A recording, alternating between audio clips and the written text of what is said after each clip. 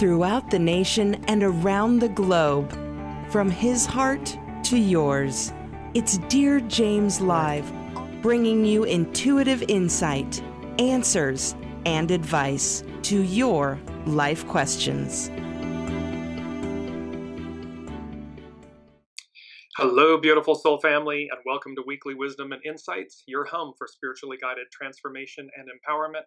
I am your host, Dearjames, and together with the unseen, spirit, source, and symphony, we look at the current energies, the intuitive wisdom and insights, and we go as guided. And par for the course, a lot of as above, so below activity, one would say chaos, confusion, and yet clarity. Welcome, Alicia. So around the globe. So let's dive in because there's so much to cover. So we're looking at a 4-month, all month long, of course. So youthful folly, try again. It's about innocence and how we find our joy and our groove, our step in life. We got double nines. So this doubling down on small restraint, surrender, which is about, again, being in alignment with your soul source connection and going as guided. That's that small restraint and the surrendering to yourself. It culminates in the master number 22, this grace and adorning. And grace and adorning is from the inside out. And it's master number 22, which is the most powerful number. So this is very important in terms of the energy, how powerful, to use its own energy, these energies are, the energies contained in the show this week. And then again, it culminates, so we have double fours. So 22 becomes youthful folly, try again. So you see a lot of the doubling down, the youthful follies twice, the small restraints twice, and this master number 22, the most powerful master number. Welcome, Olivia. So now let's jump into the astrological influences. Last week we had finality, an irreversible ending. This week, and so we have Neptune has entered Aries. Mercury is now direct. Hallelujah. Coming up on the 12th is the Sun-CHIRON CAZIMI, and that's where Chiron sits in the heart of the sun. So all of these, and Chiron's the wounded healer, so it's like burning away. Look at 22 degrees. So it's this very powerful energy, powerful cleansing, powerful endings, new beginnings, all of that. And late on the 12th in the United States, but early in the morning on the 13th of April, we have the Libra full moon, and then followed by Venus direct. So literally this week, Mercury direct, Venus direct, planets are moving forward. Its energy is literally time to move on, move forward. So no matter how this theme is going to play out, there's a point about it's time to move on. It's time to move forward. It's time to let go of the old to receive the new.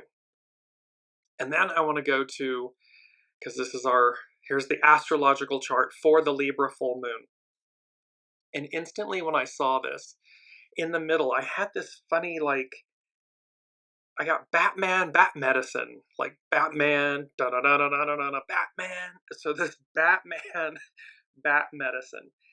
And you'll see how that plays out. It's number 5 from the unseen, but we'll just take a look. As you can see at the very top of the chart is the moon directly opposite at 23 degrees. Libra, the moon's in Libra, so it's a Libra full moon. And then we have the sun in Aries. It is conjunct Chiron. So there's this aspect as we get into this. Just remember this chart. We'll bring it back up as I go into our main theme. And our main theme is harmony at last. And as I heard this from the unseen, I was like, I was kind of like laughing, going, "You're joking, right?" I mean, you do see what's going on in the world stage, and the tariffs and the counter back and forth, and stock markets going crazy. I mean, just the madness and the mayhem and the chaos and the crazy. And yet, the unseen said, harmony at last. And we have this beautiful image of a harp sitting on the shore, like this rocky bed in front of the sea. And remember from last week's show, Neptune rising. a noble life, a shocking revelation, and Neptune rules the sea. So there's this aspect, and harps are powerful instruments associated with magic, emotions, and the supernatural. So harmony at last, the future eclipses the past, bat medicine, and eclipse, to surpass or overshadow something, making it seem less outstanding or important by comparison. So there is a major aspect here about harmony, this return to harmony. The future eclipses the past. So where we're going overshadows where we've been. It makes it seem less outstanding or important by comparison. And then bat medicine. So, and number one from the unseen, they said, in the dead of winter, spring arrives. Now we're in the spring in the northern hemisphere. They're in fall in the southern hemisphere. So this was very interesting to me because, again, the unseen, in the dead of winter, spring arrives. What they mean is, it can look like on the world stage and everything, it can look like the dead of winter, this mayhem and craziness and chaos and confusion and so forth, and yet harmony, clarity. So in the dead of winter, spring arrives. And then I saw the images of the sun and the moon. And here these are from Brigitte Ashwood at Luminous Tarot. These beautiful images. On the left is the sun card, this radiant, and note this divine feminine face on the sun, all the sunflowers. There's the infant, the child, if you will, riding horseback, the white steed. And it's a very celebratory, it's like the purest, most wonderful card in the tarot. And then we have the sun. And so they're literally saying, in the dead of winter, spring arrives. So in this dead of winter, where it just looks like it's crazy, spring arrives. The sun and the moon. And remember, so they are the divine counterparts, the sun and the moon. They represent divine masculine, divine feminine.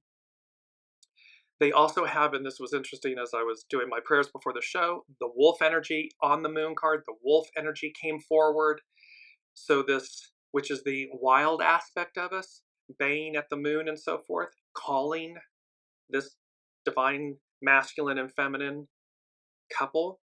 You see all of the fiery flames, drops of fire, flames dropping. That's, as we noted last week, that major activations brought online, and that I saw the Pentecost, baptism by fire. So there's all of this, and again, here's the sea, here's the crustacean, the crab crawling out from the waters onto the path, the way. We have the tower, the pillars. So again, there's this massive aspect that in all of this mayhem and craziness, harmony at last. And the divine counterparts, the sun and the moon, the divine masculine, divine feminine, arrive. And this powerful instrument of the harp, just going back to our main theme again, our main image, harmony at last, the future eclipses the past, bat medicine. So let's move into, I want to go to, kick this off astrologically with Pam Youngin's North Point Journal.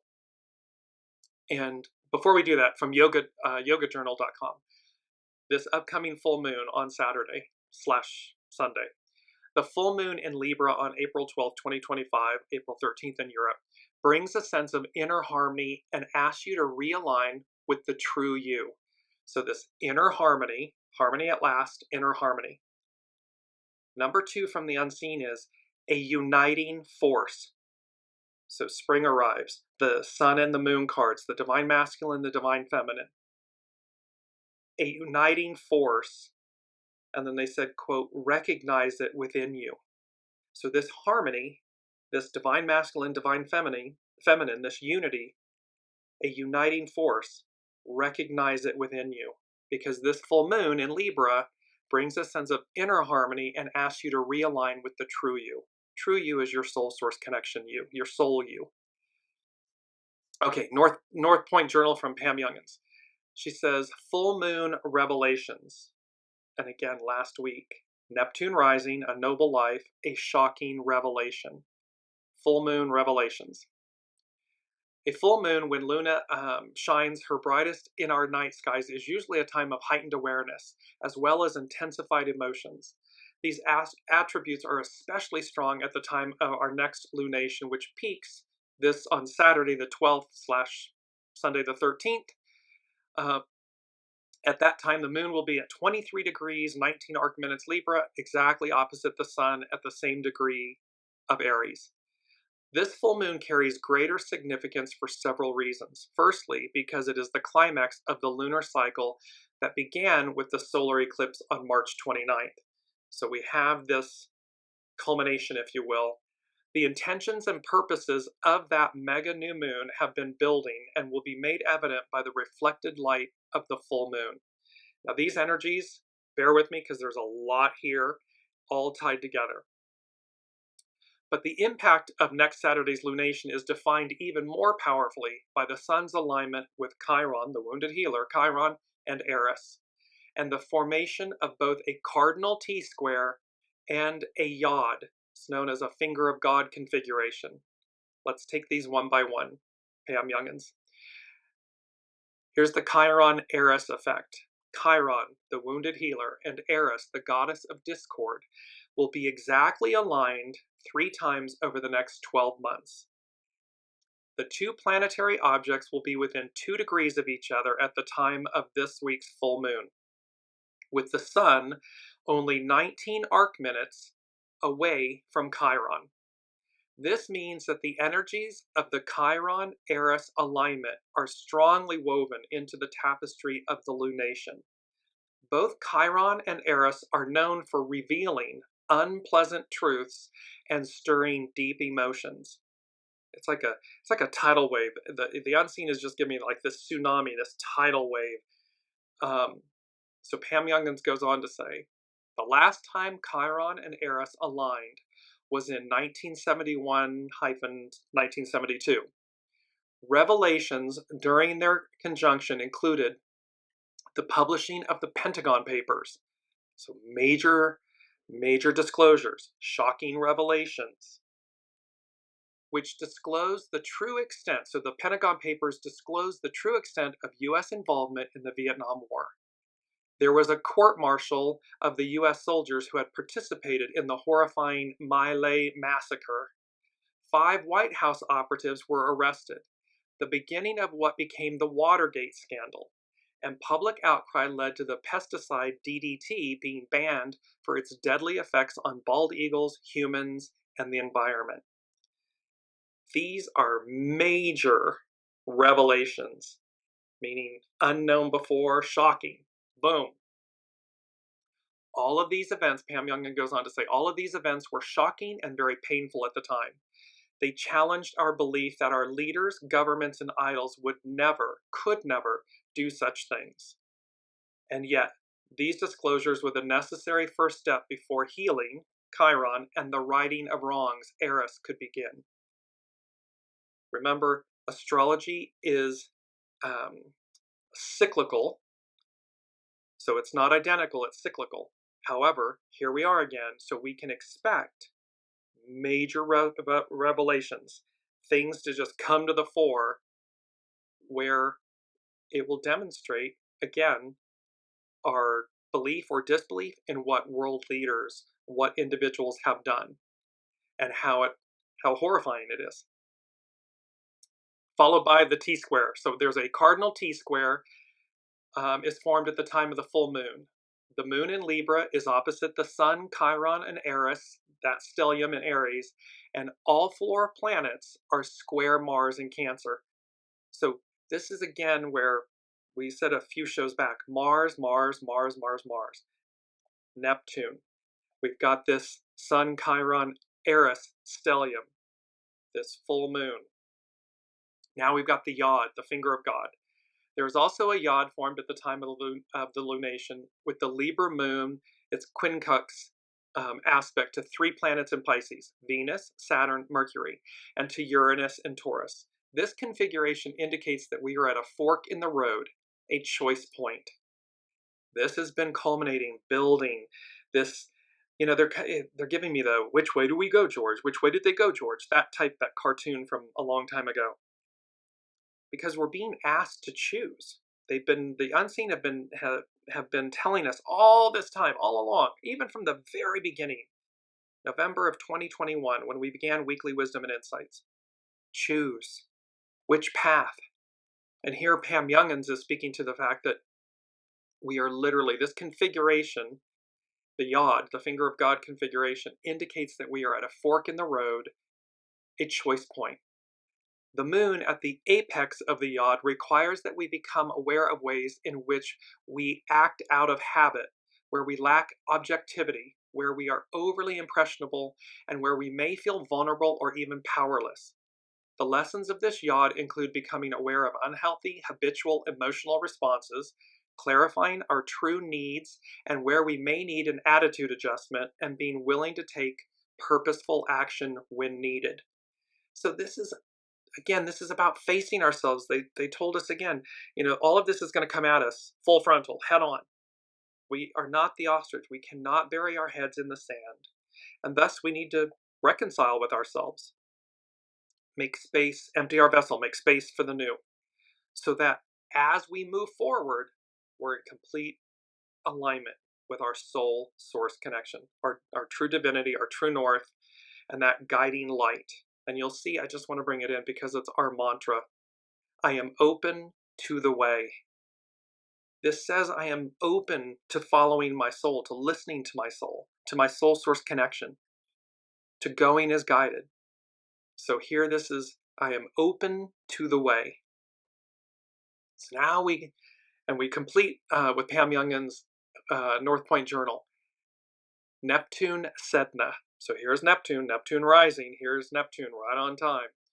This week is also the first of 5 exact sextiles. Sextiles are harmonious aspects in astrology between mystical Neptune, god of the oceans, and Sedna, goddess of the seas, and the planet of spiritual destiny. This influence may be subtle in its immediate effects, but as we work with it over the next 2 years, we have great opportunities for spiritual growth and to become more powerfully aligned with our soul's purpose.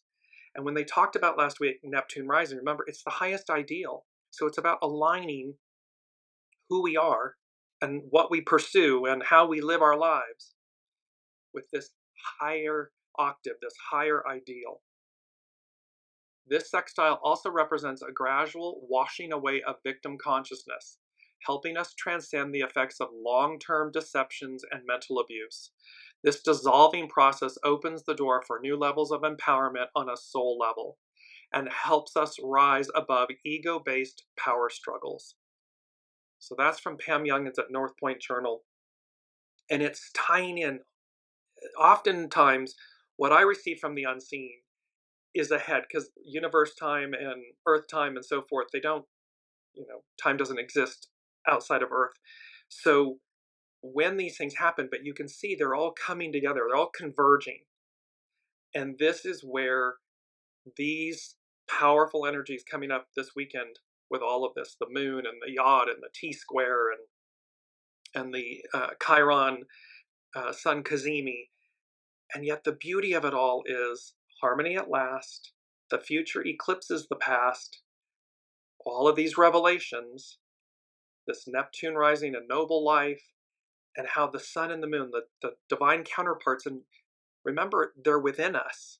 They're not just external of us. The divine mother, the divine father, divine masculine, divine feminine, the sun, the moon, all of that resides within us. We are that. And so it's a uniting force. Recognize it within you. We've been talking a lot about how what the new is and what it requires is this blending, this harmony. And so we're going to go to number 5. 5 denotes change from the unseen. It's number 5 denotes change. And from the unseen, and this is where I was getting back to the astrological chart of this Libra full moon. that Batman, Bat Medicine. And it was going back and forth, Batman and Bat Medicine. Well, and the unseen said, a perfect hyphen lethal combination. So this Batman and Bat Medicine, a perfect lethal combination. And then I saw the Temperance card. And so I'm bringing up the Temperance card here. This beautiful image, again, this is Brigitte Ashwood from Luminous Tarot. And in tarot, the Temperance card represents balance, harmony, patience, and moderation. It depicts a figure which represents the virtue, temperance. Along with justice and strength, it is one of the three virtues which are given their own cards in traditional tarot. So, and then just to go on, this is from tarot.com. The Temperance card is a reference to the soul. Classically female, the woman or angel on the Temperance card is mixing up a blend of subtle energies for the evolution of the personality. One key to interpreting this card can be found in its title, a play on the process of tempering metals in a forge. Metals must undergo extremes of temperature, fire, baptism by fire, Pentecost, Holy Spirit. So metals must undergo extremes of temperature, folding and pounding, but the end product is infinitely superior to impure ore mined from the earth. This is us. This is humanity. This is us as humans. And so here's the Temperance card that is classically female. It's the woman or an angel on the card that is mixing this beautiful blend. Let me just bring it back up again. This beautiful blend. And look at the angelic, all the beautiful rainbow light, and it's iridescent, and 1 foot in the water, 1 foot on earth. And she's got the 2 cups blending and mixing. And then in this image, the soul volunteers the ego for a cleansing and healing experience, which may turn the personality inside out, but which brings out the gold hidden within the heart. So this experience, what we're going through on the world stage, world events, and this, it's not a struggle because there's a finality, an irreversible ending. So again, it's that chained, pinned down, fire-breathing dragon, and its head and its neck are flailing before it's lopped off. And again, as Pam Youngins was speaking to the CHIRON-ERIS 1971-72 and everything that came out, here we are again. What's going to come to the fore? What will actually occur that brings and restores harmony at last? Because we're moving forward. This is all about, it's time, the astrological influences, time to move on, move forward. So with both Batman and Batman,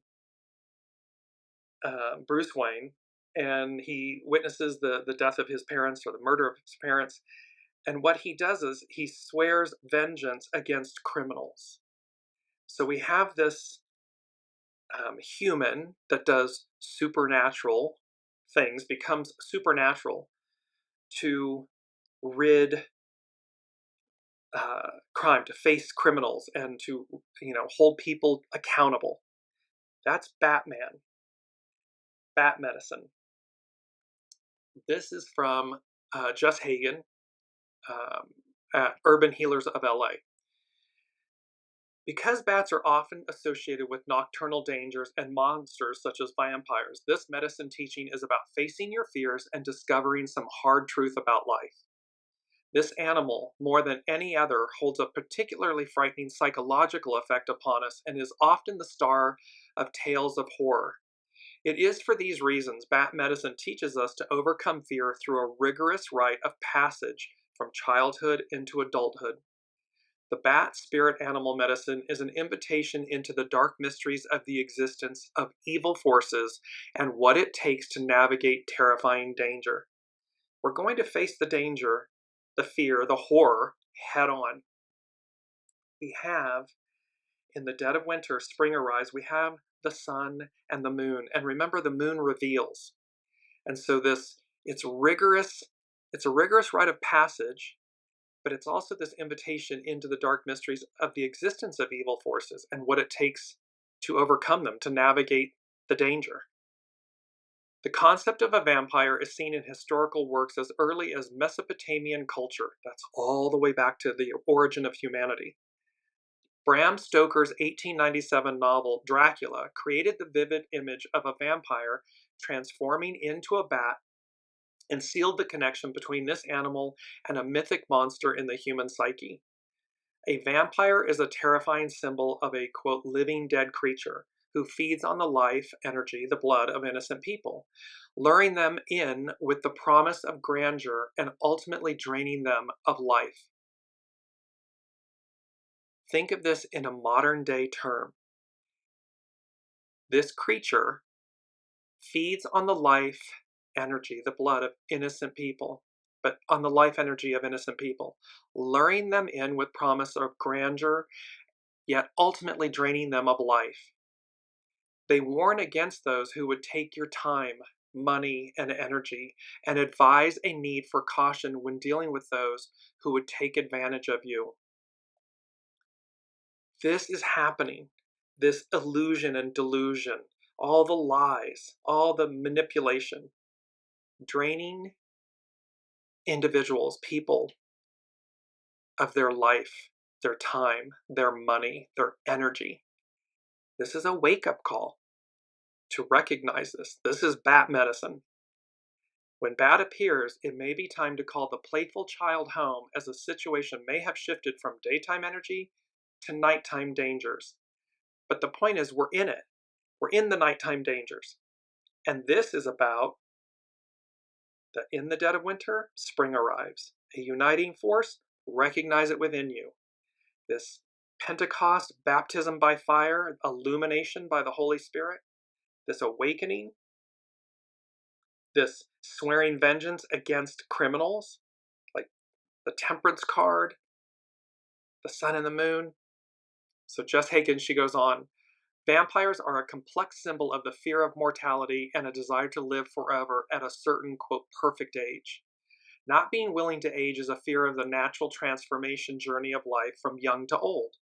We are all destined to travel from young, innocent student to an old, experienced teacher.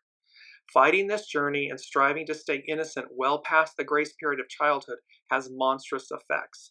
Well, equally, when we are trying to stay well past the grace period of an era, the Piscean patriarchal era, not allowing the matriarchal Aquarian era to arrive, or it's arriving, it's a fait accompli, but allowing it for us to flow with it, monstrous effects occur. We're witnessing them. A vampire is a symbol of the shadow side of our repressed physical desires, which, if suppressed for too long, could surprise us and cause trouble. Bat medicine is a message to turn towards what you fear about your nature and trust that in the dark corners of your desires, there is light and release from compulsions. See, it's only when we deny the shadow aspect of ourselves, or we try to minimize it or ignore it or kill it, and yet it's one of our greatest teachers. It's not about become it, like succumb to the shadow and become the shadow.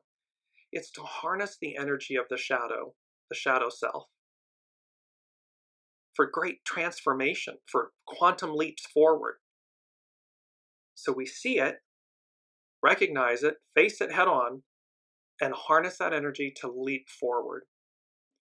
This medicine indicates a time for a rite of passage into greater responsibility in some area of your life.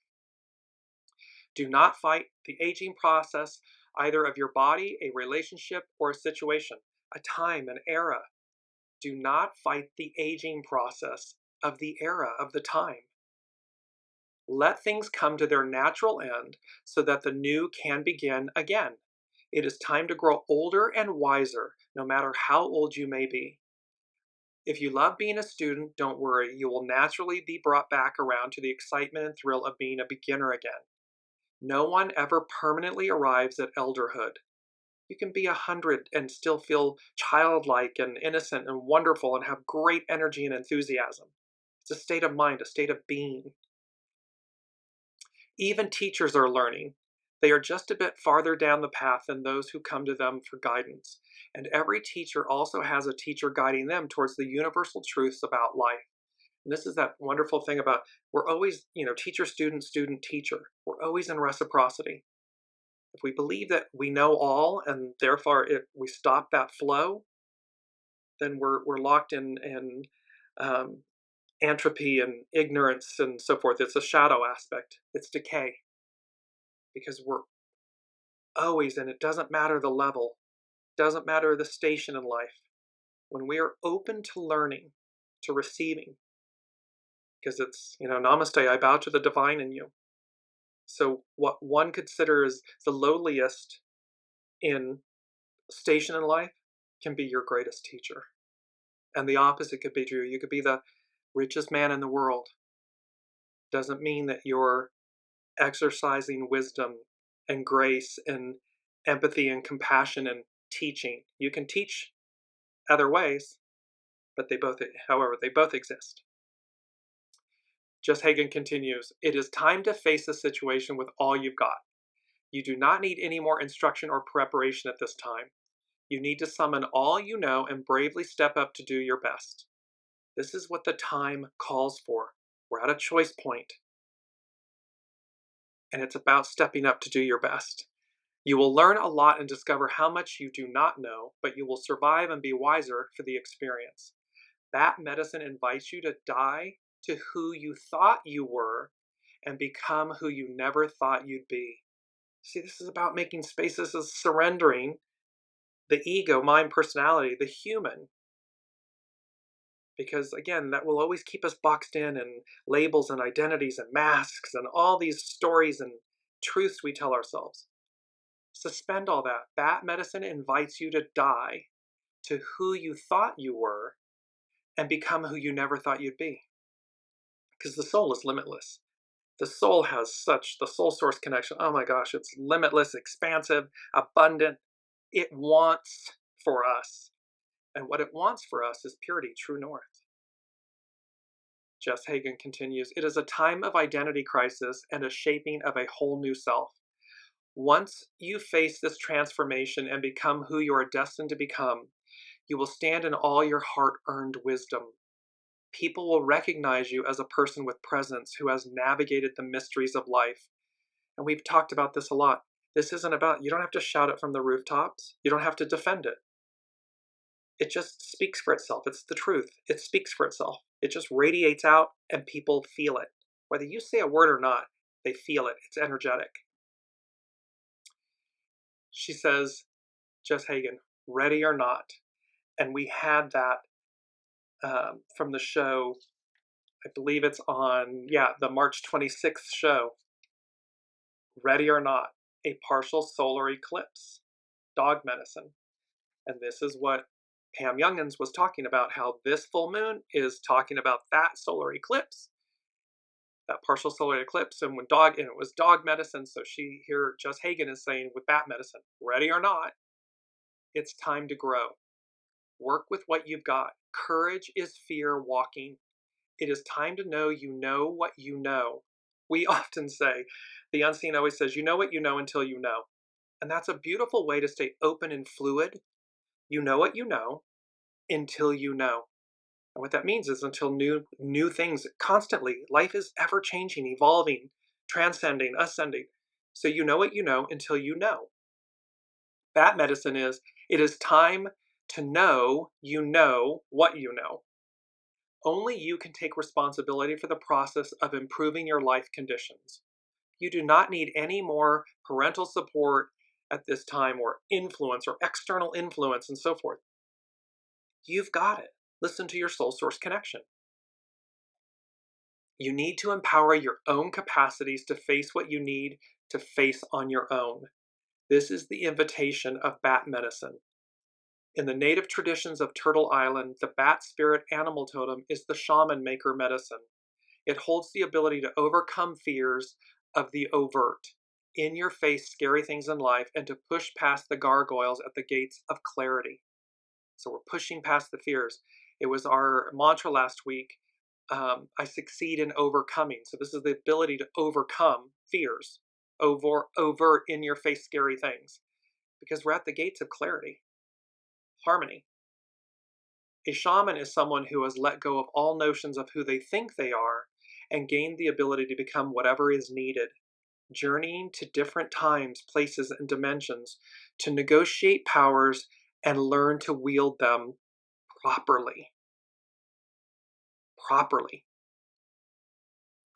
This is the medicine that strips a person of an old, limiting personality and enables them to step into a larger, wiser, new self, emptied vessel, new being. It could portend a time of discomfort, but the lesson here is feel the fear so that it will come to its end as soon as possible. It's like feel it, face it, and all of a sudden it dissipates. It's because you faced it. Hesitancy only prolongs the pain of change, and change is the only constant. It's inevitable. So embrace it. So that was from Jess Hagen at Urban Healers of LA, Bat Medicine. I want to go to two of our quotes. The first one is, this is from Carrie Hone at cafeosoul.com. Good fortune perches on apparent disaster. And I love this quote because, again, what it's speaking to is right now, you could look at the entire world and say, it looks like apparent disaster.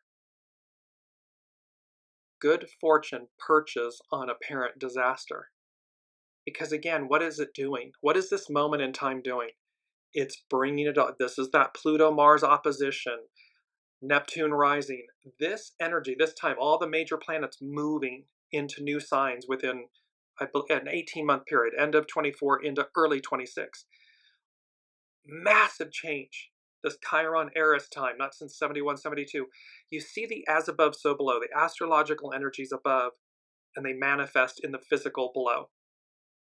And so this quote about good fortune perches on apparent disaster, it's because all of that shadow, that goo, everything, I mean, my goodness, there isn't a better person and entity to bring up the shadow and the goo. Y'all figure out who I'm talking about. So, and yet here, good fortune perched on apparent disaster because it brings it up for us to face it.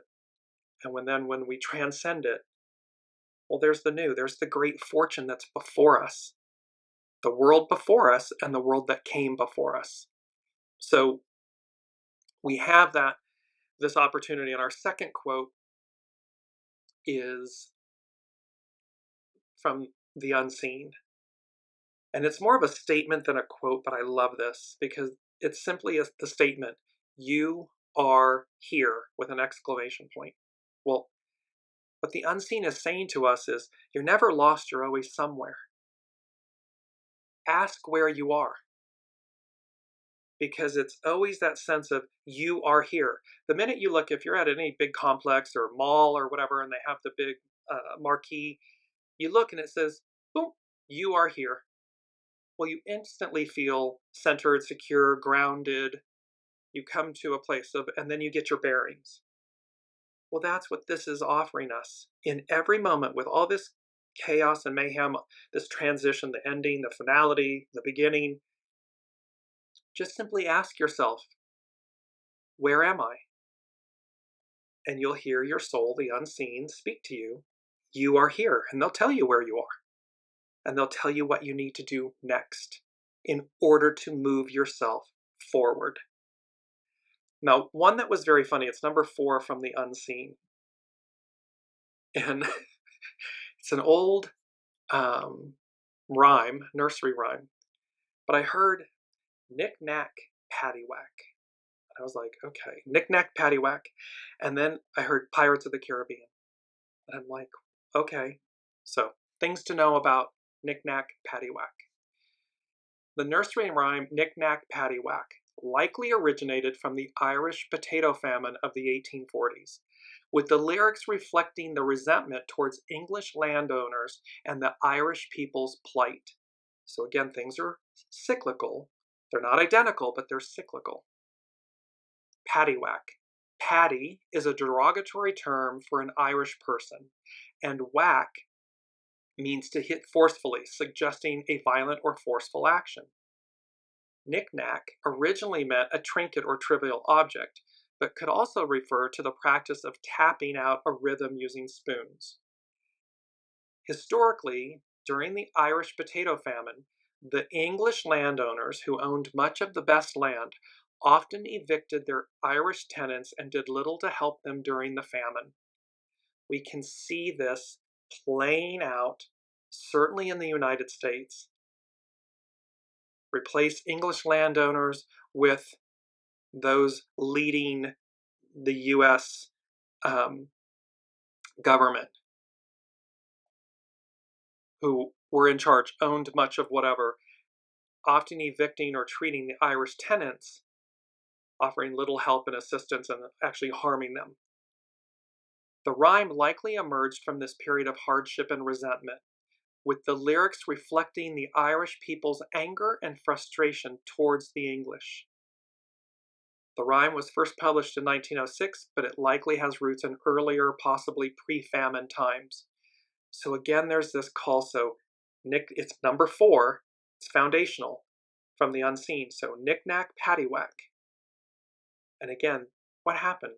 The Irish rose up in rebellion. The English landowners and the English government, the crown, had to change policy. There was much that came out of this. So here are the actions that they're oppressive, suppressive, they're harmful, and so forth. And then because the people rose up, it forced the English government, the crown, and so forth, to change, to alter. And what resulted was the Irish, the Irish tenants became landowners. It was a process, but that's what occurred from it. So they have this, and then Pirates of the Caribbean. And this came up in a client's reading as well. This Pirates of the Caribbean, of course, it is about facing shadow, the dark side of things, because of a pure benevolent position or desire, and to liberate oneself from the grips of death. So when you look at these things, Batman, Bat Medicine, Knick-knack, paddywhack, Pirates of the Caribbean, there are cohesive themes and threads that say we're facing the shadow, the evil, the horrors, not to become them, not to go backwards, but to transcend them, to rise up and elevate and ascend and move beyond where we've been. So now we move into Astrology by Lauren. And she is speaking about Mercury direct and the hand of fate. This is a quote by Emily Rada from The Golden Door. Fate is strange, and our destinies can be shaped by very small decisions. Your character is your fate. It's a famous quote. Your character is your fate. And that's because your character is based on the choices you make. So our destinies can be shaped by very small decisions, choices. Astrology by Lauren. In the classic text, Astrology for the Millions, Grant Louis describes Mercury in Pisces as seeing, hearing, feeling, and tasting what you want to. And Mercury is currently in Pisces. It's going direct now. It's going to be moving back forward into Aries. If you want to love a piece of pie, and remember, by the way, Mercury and Venus have retrograded back into Pisces, the end of the astrological year in the wheel. And it was about leave no person behind. And while they're doing that, they're meeting up with the North Node, where humanity's going. They're meeting up with Neptune, and they're meeting up with Saturn. And Saturn in May moves into Aries. So all of this, it's like going back, leave no person behind. We're yelling, we're shouting, we're telling you, hi, come this way, come on, come on, come on. because there's a finality, there's an irreversible ending. There is this, it's time to move on, to move forward.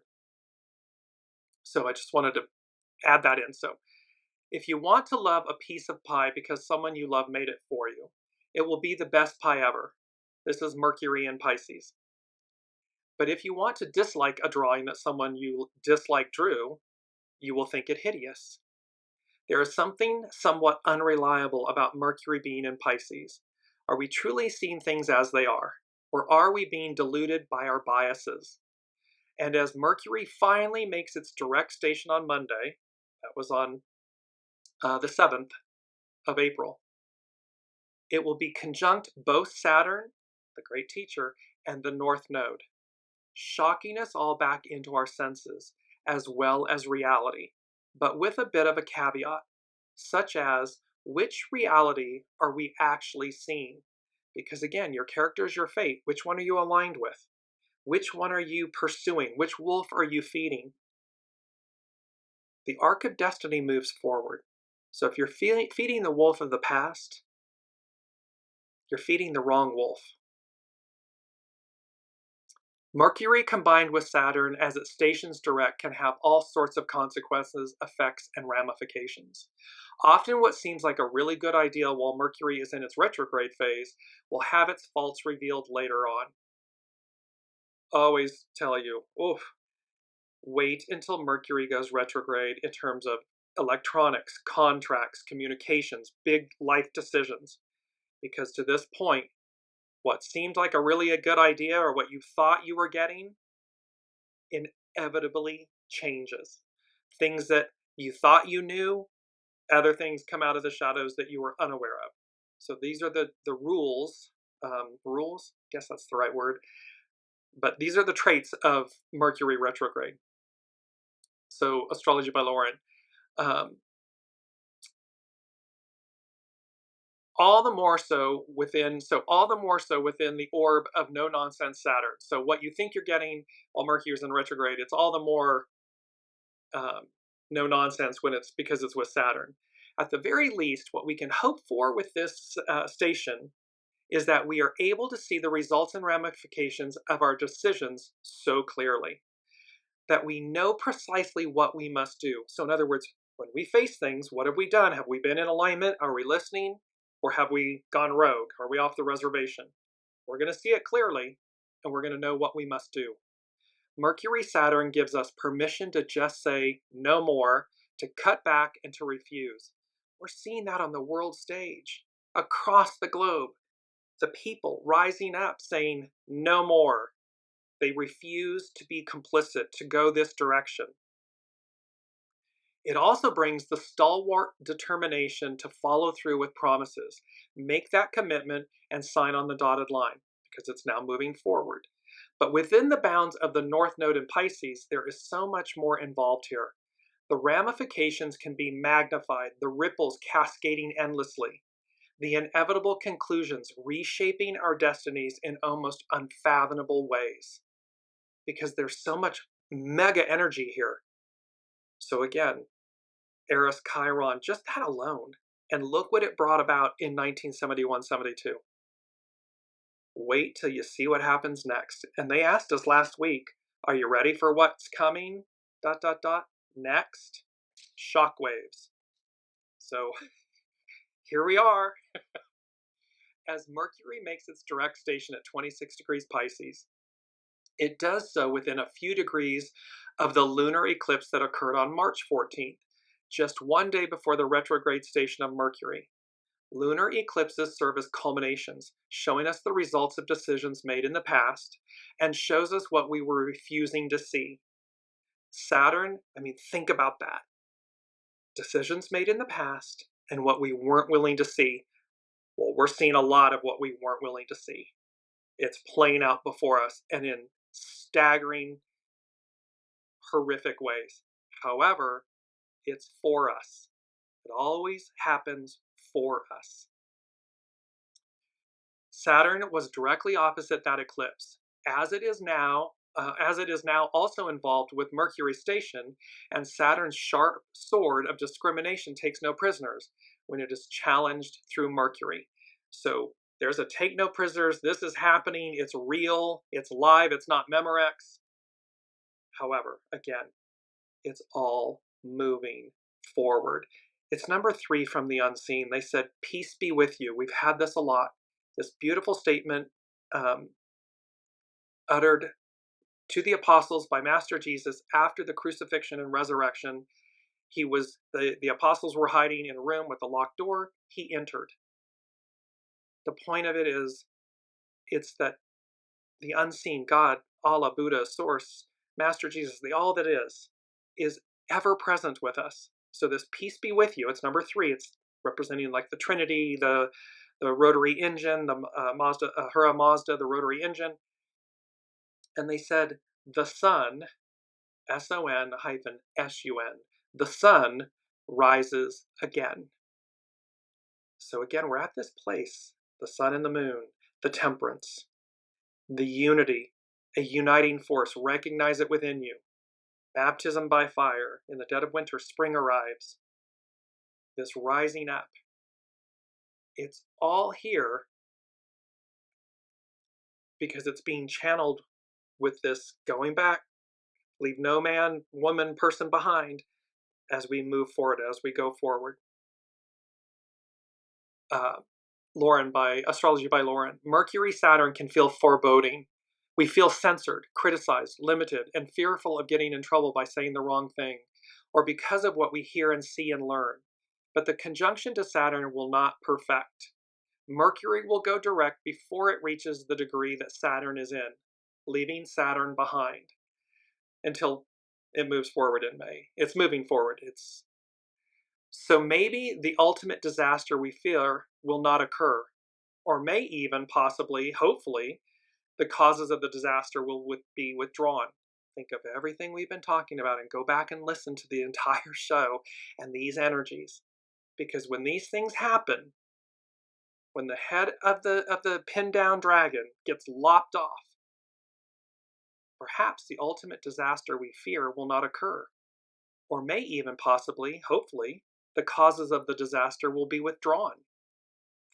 Look at what's going on the world stage. Tariffs, trade wars, mass hysteria and confusion and chaos.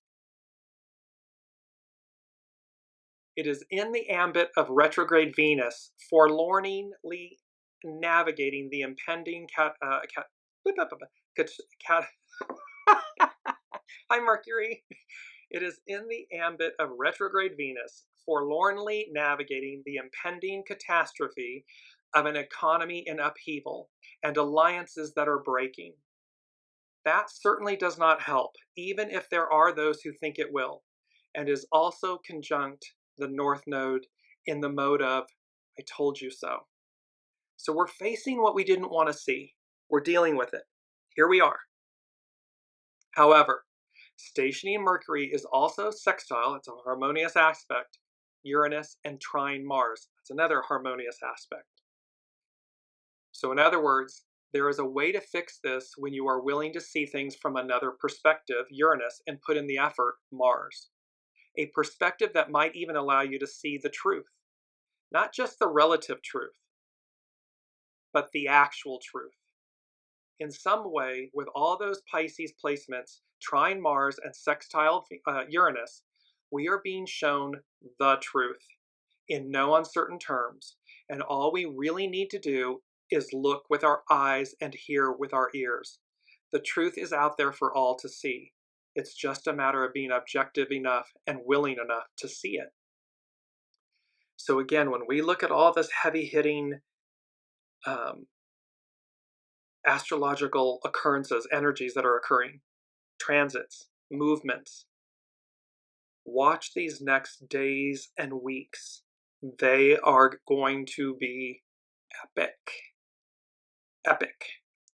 As literally the head of the dragon gets lopped off and harmony at last. The future eclipses the past. This bat medicine, Batman, this perfect lethal combination, and the temperance and the baptism by fire. Astrology by Lauren, she concludes, on April 4th, Saturn makes an exact sextile, harmonious aspect to Uranus, a transit that will weave in and out over the year ahead. As Saturn enters Aries in May, and then Uranus enters Gemini, because it's right now in Taurus, enters Gemini in July, both will form what looks like a protective cradle with both Pluto and Neptune. Look at all these heavy hitter energies, planets, coming together, a uniting force.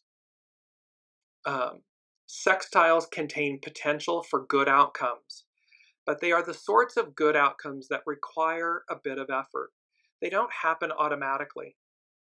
And when both Saturn and Uranus are involved in any sort of aspect, it also requires a willingness to step out of our comfort zone to some extent and or be willing to do things in a new or different way. Even though Mercury's station will probably be what's dominating our personal lives as we decide to sign those contracts, make our oaths and commitments to follow through on plans, and have the self-discipline to set goals and see them through to the end, it will be the sextile between that harmonious aspect between Saturn and Uranus that will serve as a backdrop in our lives for a good part of the year ahead. So, knowing that is there, it may help to know what is being asked of us. Some of the things that Saturn working constructively with Uranus can bring. And I love these. The revamping of an old order. At some point, we come to realize that old ideas, old ways are no longer relevant for the people or the society in which we live. The Unseen, Spirit, Source, and Symphony on the weekly Wisdom and Insights shows from 2001 till now have been heralding this message, this truth. Lauren goes on to say, we are growing as a society and evolving. And so we are compelled to adjust and accommodate to that new evolving order.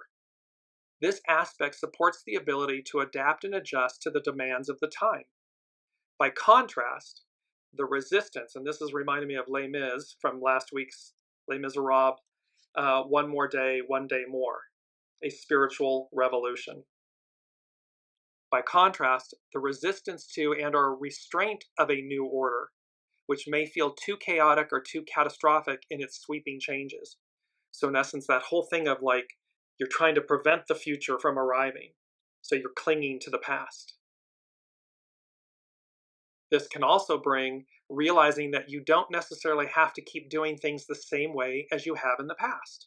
There might be alternative and even better ways of approaching a problem or idea. Empty your vessel. Where are you? Ask, where am I? You'll hear where you are, and then move forward going, I don't have to do it the same way. Oh, I never thought to do it this way. Or I can be this. I am this. And you move forward. Lastly, necessity is the mother of invention. The motivation to adapt and adjust to the demands of the time due to necessity. This is about meeting the time, rising up to meet who you said you are in the time that we are in, not clinging to the past. Times of uncertainty call for creative and alternative solutions, and the Saturn-Uranus sextile affords us opportunities to adapt in the best ways we can. Saturn-Uranus combinations are traditionally associated with invention and technological breakthroughs, but there are other breakthroughs that can occur now that have to do with the progress of society, the advancement, the truth, the harmony, the clarity, the world before us, the era before us. Saturn is about trying to find our place, our position in this time of change and uncertainty, and along with Uranus means having to readjust our goals and strategies in the process. Expect the unexpected, be open to it. It's about change. It also means to bring our personal goals and strategies more in alignment with our ideals, Neptune rising, especially where it benefits a greater cause, the age of Aquarius, matriarchal era. Whether that be to humanity as a whole, to support civil rights, the environment, or greater fairness and equality. And Astrology by Lauren, she concludes with, Martin Luther King Jr. proposed that whatever career one might choose, that they may also pursue an avocation along with that, to be a dedicated fighter for civil rights. In other words, in his words, Martin Luther King Jr., to make a career of humanity. He asked of us to commit yourself to the noble struggle for human rights. You will make a greater person of yourself, a greater nation of your country, and a finer world to live in. Just the sorts of innovative ideas that Saturn-Uranus transits support. And so may it be. So, beautiful, powerful energies that are upon us. We are literally, it's like quaking in your boots. Like, we are literally quaking in our boots because it's here. It's showtime. Time to move on, move forward. Peace be with you. The sun rises again. A uniting force, recognize it within you. In the dead of winter, spring arrives. And last but not least, it was number 6, which denotes spirit and service from the unseen. And they said, surprise, with 3 exclamation points. So I would not be surprised if revelations, shock waves, shocking revelations, things that are going to come in these days and weeks ahead, that they will come in 3s. They often do. So be mindful, be open, and just be good to yourselves, and don't fear. Don't fear your shadow. Harness the energy of fear to propel you forward. There's greatness on the other side of fear, and there's greatness on the other side of this current moment. Perched. What is it? Our beautiful quote, perched. Good fortune perches on apparent disaster. It's on the other side of apparent disaster. So I leave you with great good fortune and blessings and love, and we will look to see where the energies take us next. Until then, be well. You've been listening to Dearjames Live. Gain intuitive insight, answers, and advice to your life questions, and so much more by tuning in next week and visiting dearjames.com.